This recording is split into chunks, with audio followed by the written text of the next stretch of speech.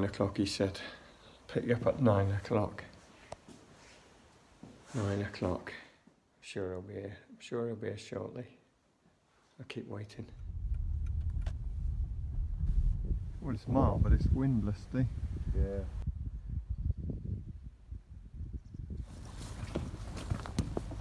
Look at this thing. I'm rocking my boat with a thing. Yeah, I'm just, you know, look at your tubes are so saggy.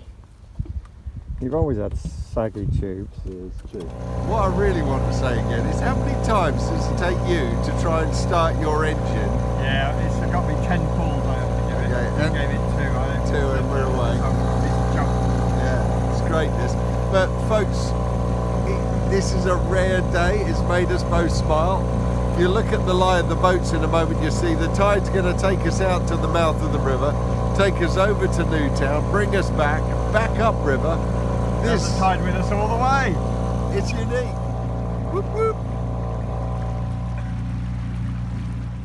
She's a fine old girl.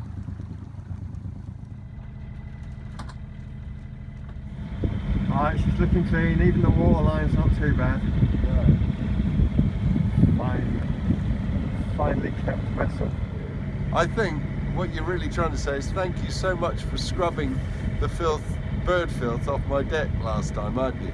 Did you ever show them the pictures? No. Well, you need to. Yeah, okay.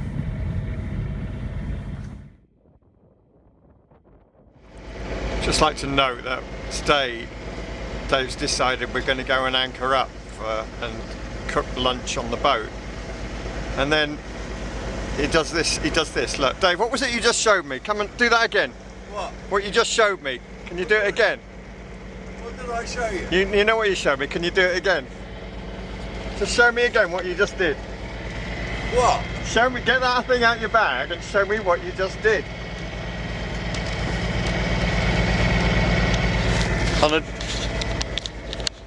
On the day he doesn't have to buy, he brings his wallet. Extraordinary. The only day I've seen that wallet, I didn't even know what colour it was, didn't know how thick, I didn't know there was cards in it. Never seen it before, don't need it, brings it. Yeah, what is slightly amusing is, on the way out I was thinking it's really benign. It's a great day to fill up with fuel. The fuel pontoon's empty. I thought, oh, I can't. Last time I had to get him to pay because I forgot my wallet. I don't think I've got my wallet. All the flies on your boat. What? So, no, you know, the last time, hang on, wait, I'll come up in a minute, Oh. Last time we went out, you know, we had the filth on flies, didn't we? On your boat? We discussed it. Well, somebody's given us a fairly decent suggestion as to what the problem might be. Yeah. I'll read it to you. It's from Tim Clark. I know Tim Clark. Hi, Tim.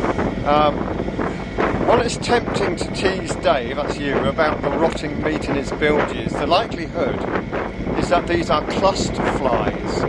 They're not there for food, they're just looking for somewhere dry to kick and see out the winter. Somewhere nice and clean and warm and dry. You know, Jan said that. It means they come en masse from the fields into lofts and similar places in the autumn to hibernate. What you need is a more exposed mooring further away from the countryside. But last time I was on his boat, it was redesignated. This happens very rarely in a boat's life. Occasionally, you read the incredibly odd story of a boat being renamed, but a redesignation is serious.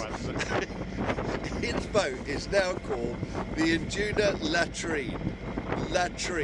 Yeah, okay. After the French lavatory. So in a minute, Dave and I went out a week ago, just to quickly hop across to Cowes to deliver a package. Oh yeah, Cass, did you get your merchandise? Hope you did. Class act. We went to nice people, by the way, Cass. Cowes Corinthian Yacht Club, yeah. And we delivered it. So we'll show you that in a minute. But it was a bit disappointing, I must say, because I've never seen so much. It was worse. It was health hazard, gum boots filthy. It was awful. You could have planted potatoes on my deck in the bird poo. Awful. And then we opened my sail up, and it swarmed with flies. And it's got the most exposed remote mooring. So it's a lovely day. I'm on Induna. You'll remember last time he was complaining about flies from my mainsail. What have you got to say? come out here and No, have a look what at have you got to say about Right, this this- filthy state? Don't of ever your come to boat? Bewley River, whoever you are. His brand new marquee. Oh my days. Last time I was on board, I spent hours washing the decks. That is awful. Now, could you tell them what I've offered you, which works on my boat? Yeah, you've seen it before. We've all seen it. It's this sort of silver wrapping Yeah, stuff. and it stops bird poo. Yeah, well, I'm prepared to try it again. Look at it on here. All over my new hood it is. Ah, dear. Now, you'll remember that I castigated him about his victualling, well, just out of sheer embarrassment.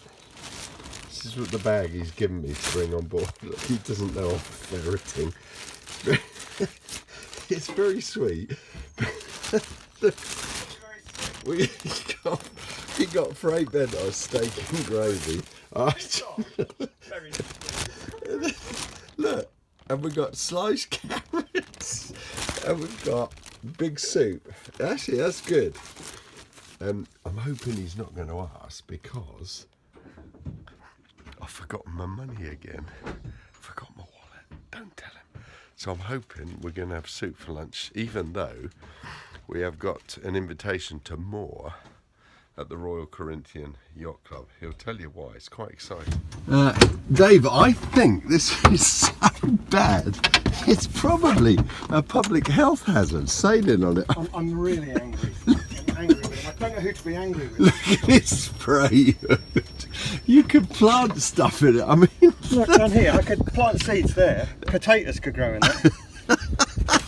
now, you'll remember he castigated me for the flies in my sail last episode. He was so excited about coming to see Cass's Yacht Club and his sail. He's infested me now. What have you got to say for You've yourself? infested me now. That's disgusting. It's such a disappointing day. I've come back to the bird. Disgusting bird. He says he wants to go and poo in a bird's nest. I've never seen him this grumpy before. Right, let's get this sail up. I'm just going to... Should we raise? Yeah. We're in on beam on. So I do it without me catching the flies. There they all are. No, they're on the front here. It's on the leash. Look at them. somebody said we don't need to ask Dave Oliver where they're coming from. We need to realise that he's the source. You'll remember quite unkindly on the last episode, as the flies were nicely dispersing from my sail, he said, what is it that flies are attracted to? There's only one thing, didn't he? Look at it. And now look. Can't deny it. You can't deny it. This is only like 3 minutes away from the mooring. And Dave, I think we owe this to the nipper, as Cass calls him. Nipper said, we're getting old and we're not sailing. So to Cass's husband, who says he's never seen, or partner, he's never seen our sails up. There you go. One of the Got a gift reasons... for Cass, haven't we? Got a package to deliver to Cass. We have got a package. Yeah, we'll show you later where we're going. Special treat. Now, you're going to be told why, but we've got a special berthing arrangement here. There's Lallows. There's the fuel pontoon. And there, right up there, is the Royal Corinthian Yacht Club. Cowes Yacht Haven just next to us here. There we go. So we had a delivery for Cass Schmidt, who is a member of the Cowes Corinthian Yacht Club. They're based just here.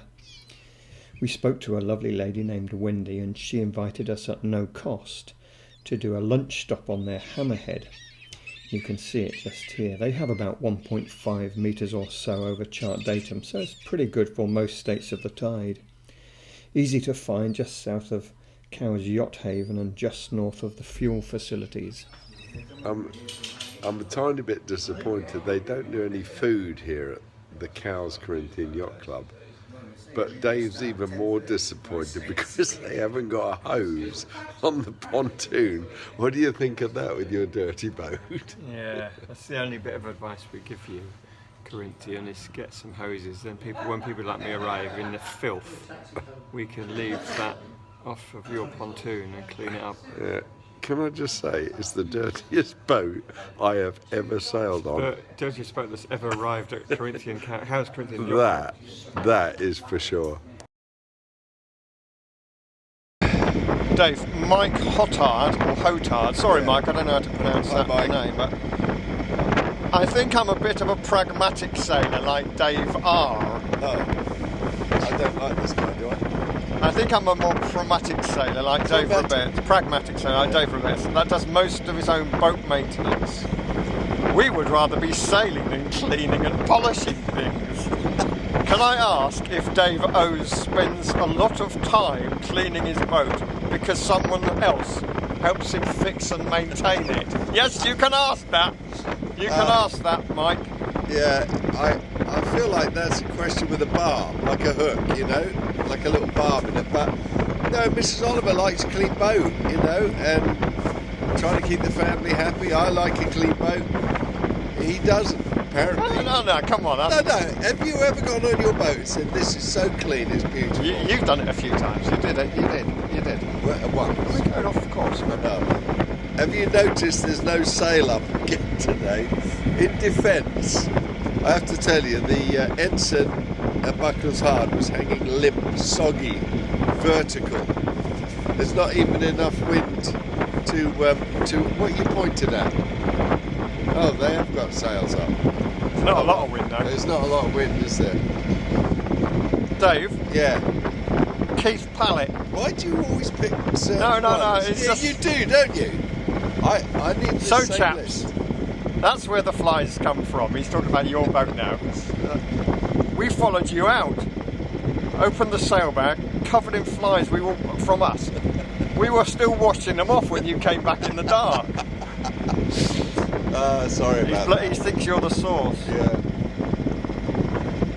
Fiona says she's crying with laughter. Please don't put the bulldog clip on your ear, Dave. Oh. That was my husband's handiwork. That's nice of him. Thank you. Thanks, husband.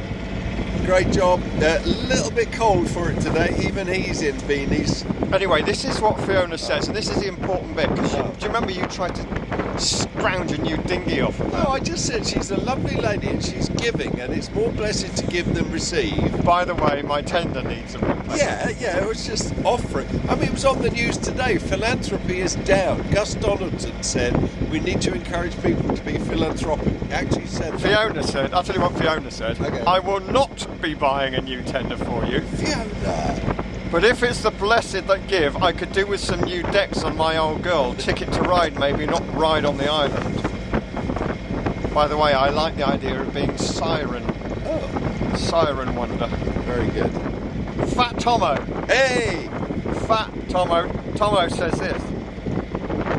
Hello, sirs. I've been on my boat at least twice since we were last in contact, and your boats are always empty with nobody on board. Are you hiding from me? He's got a point. He's just trying to shift the blame from that time we spent hours looking for him at his request. Every time he mentions it, he's defensive and he accuses us. Not right, that. You know Skookum Jack? Yeah, I do. Skookum suggests that we should name you the Lord of the Flies. Thanks, SJ. Don't give up your day job. I think I might call him that. Skooks.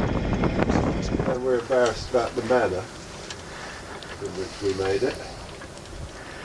Yeah. Skipper's done us a nice soup, as he often does. Broccoli and Stilton or something. Yeah. But anyway, that's not what I want to talk about. We're both... No. Yes. Skipper's feeling a bit of shame today. No, the truth is both of us have hung our head in shame and we were inconsolable with regret. Tell them why. I don't really want to. No, you tell them why. You wouldn't even look at them, would you? Skipper brought his boat out of the Bewley River and there was no wind. To be fair to us, there was no wind. But we just got chattering and chatting. We're only going to Newtown, so it wasn't far. 3 miles, isn't it? 3.5 miles. Yeah. So we got chit-chatting away and we were a bit unaware that the wind had picked up.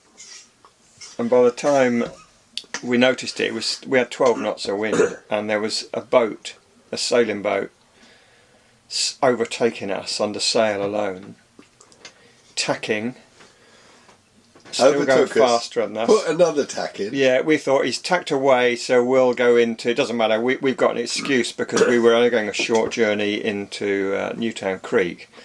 And as soon as we said that, he tacked again and he sailed into Newtown Creek in front of us, having overtaken us for a second time. And then he dropped his hook under sail as we motored past him and picked up a buoy. You wouldn't even look at him, would you? You wouldn't give him eye contact. To look at him. That would not have happened in Juna, but it happened on Cool Runnings. But it's made us think about our long-term future as sailors. And I think next year, it's now December, next year we need to be sailing everywhere, under sail, sailing off of the anchor, sailing onto our anchors, sailing up every little creek as best as we can, unless there's a good reason why we can't. There is a sociological conundrum here. We've been trying to work it out. Because as recently as 3 years ago, if I ever went out on Injuna, I've barely got the boat off the mooring buoy before he's got the mainsail up. It's like he was anxious to get the rag up. Now, we almost never seem to have that impulse, and we were trying to discuss and decide why. That's the effect he's had on me. Something's rubbed off, and it's not good. No, I think that's very ungracious. Fiona, stand up for me. We have wondered, and this is going to sound sexist, but it really isn't. We've wondered if it's because we're taking our wives much more, and they don't like leaning, so hence we've not gone into the habit so much putting the sail up. But even my son Joshua, the nipper, as Cass calls him, has been castigating us. He would have been utterly ashamed of us both this morning. It's nothing to do with his wife, because he actually said to me today, I look at my sail bag and I just can't be bothered to unclip it all. There's the reality of it for both of us. For both your of us. mate in it. For the pair of us, I'm accepting that. You accept the vicarious responsibility. But it's going to change, so please, if in 2022 you do not see a significant change, then please berate us. Yeah. We are holding ourselves virtually accountable. There's a new concept, virtual accountability. So you can castigate us. Fat Tomo, I'm appointing you... Tomo, I'm appointing you head of the castigators. Just be aware of whose boat we're on, because the skippers may behave differently. This is a team effort. Always has been a team effort. And he's 10 years younger than me. He's got no excuse. Hey, well, tell him how old the people were on that boat. Yeah, there was two people on this sailing boat that sailed past us. There was. I assume that they would be live, energetic, fit young fellas. Like me, yeah. But... And they weren't. They were older. You know, they weren't thin. Put it that way. And they put us to shame. They have put us to shame. It is true.